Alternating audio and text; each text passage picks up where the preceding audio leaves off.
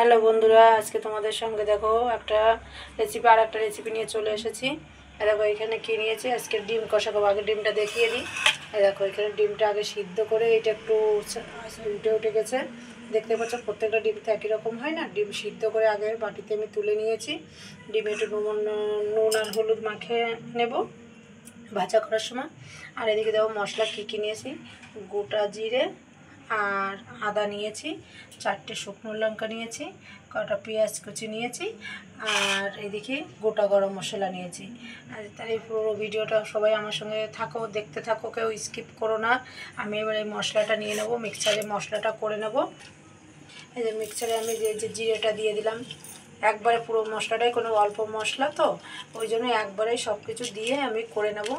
লঙ্কা দিয়ে দিলাম, আমি আদা কুচিটা দিয়ে দিলাম, আর এদিকে পেঁয়াজটা রয়েছে, পেঁয়াজটা আমি পরে দেব। আমি এটা এখন আগে মশলাটা কষিয়ে নেব। একটু সামান্য জল দিয়ে দেব, দেখতেই বলে বন্ধুরা। এবারে মশলাটা করে ফিরে আসছি। দেখো বন্ধুরা, আমি মিক্সারে মশলাটা করে নিয়ে আসি। এবার কড়াইটা আমি আগের থেকেই বসিয়ে দিয়েছিলাম, কড়াই গরম হয়ে গেছে। কড়াইতে এবার তেল দিয়ে দেবো। কড়াইতে এই যে আগে আমি ডিমটা সিদ্ধ করেছিলাম, ওই জন্য একটা ওই যে সাদা স্পটে দাগটা পড়ে গেছে, ডিমটা সিদ্ধ করেছে বলে। কড়াই গরম হয়ে গেছে, কড়াইতে আমি ডিম ভাজবো, তো আগের থেকে তেলটা দিয়ে দিই। তেলটা গরম হতে দেবো। এদিকে আমি ডিমের নুন হলুদটা মাখিয়ে নেব। ডিমে আমি নুন দিয়ে দিলাম, নুন দিয়ে সামান্য হলুদ দিয়ে দিলাম, দিয়ে এইটা মাখিয়ে নেব। তেল গরম হয়ে গেছে, তেলে নুন দিয়ে দিলাম, তাহলে ডিমটা আর ভাঙবে না, নাড়ি ডিম ভেঙে যাবে। দেখো বন্ধুরা, আমি নুন আর হলুদটা মাখিয়ে নিয়েছি। এবার ডিমটা ভেজে নেব।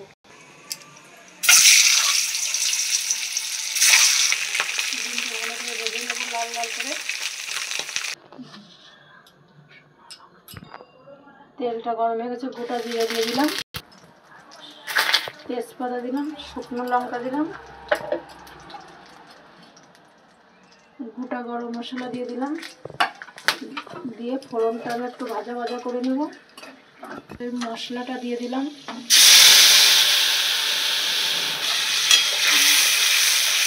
মশলাটা ভালো করে কষিয়ে নিতে হবে। মশলাটা একটু সময় টাইম কষিয়ে নিলাম। এবার আমি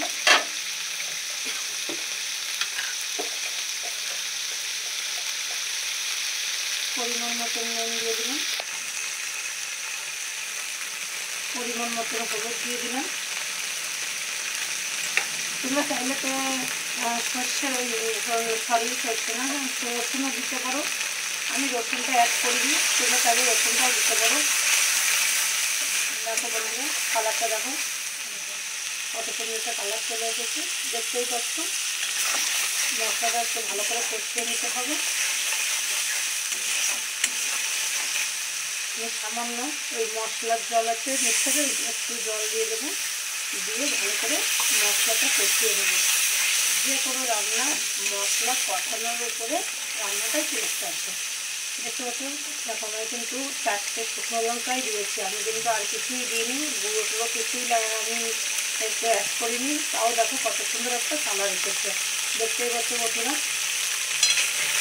সবাই পুরো ভিডিওটা দেখবে, কেউ স্কিপ করে দেখবে না, একটাও ভিডিওটা দেখবে। তোমাদের একটা আমার রিকোয়েস্ট করব, বলতে পারো যে অনুরোধও করলাম, তো একটা স্কিপ করবে না, ভিডিও স্কিপ করে দেখবে না।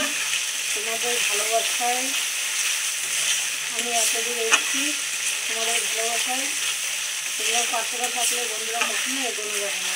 আমি সবার কাছে আছি, তোমরা সবাই আমার কাছে থেকো। এবার আমি দেখো আমার মশলা কষানো গেছে, তেলটা ছেড়ে দিয়েছে।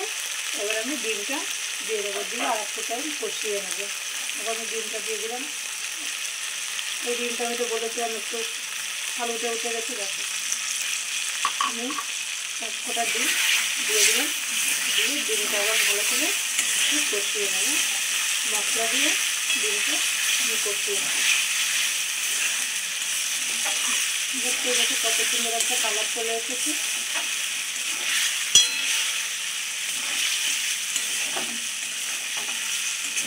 মশলাটা যেহেতু আগের থেকে আমি অনেকটা টাইম কষিয়েছি, তার জন্য আমি ডিম দিয়ে বেশিক্ষণ কষাবো না। আমি অল্প একটু কষিয়ে জল দিয়ে দেবো।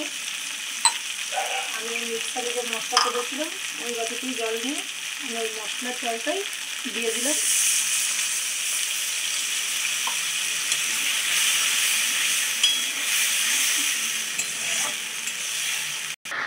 দেখো বন্ধুরা আমার ডিম কষা হয়ে গেছে।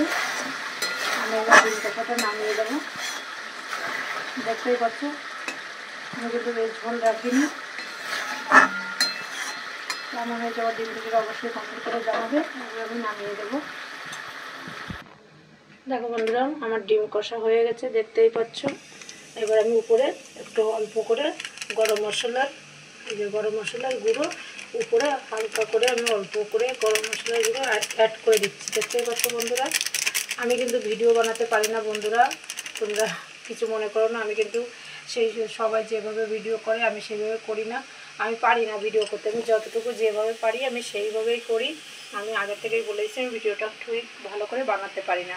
আর দেখতেই পাচ্ছ আমি উপরে গরম মশলা গুঁড়োটা দিয়ে দিয়েছি, গরম মশলা গুঁড়োটা দিয়ে দিয়েছি। তা আমার ভিডিওটা তাহলে অবশ্যই কমেন্ট করে জানাবে। প্লিজ একটু সবাই লাইকটা করে তারপরে ভিডিওটা দেখবে। অনেকে লাইক করতে ভুলে যাচ্ছ, প্লিজ একটু লাইকটা করে দেবে। তোমরা সবাই ভালো থাকবে বন্ধুরা, সবাই ভালো থাকবে, সুস্থ থাকবে, সাবধানে থাকবে। সবাইকে টাটা। ফিরে আসবো পরে আর একটা ব্লগ নিয়ে।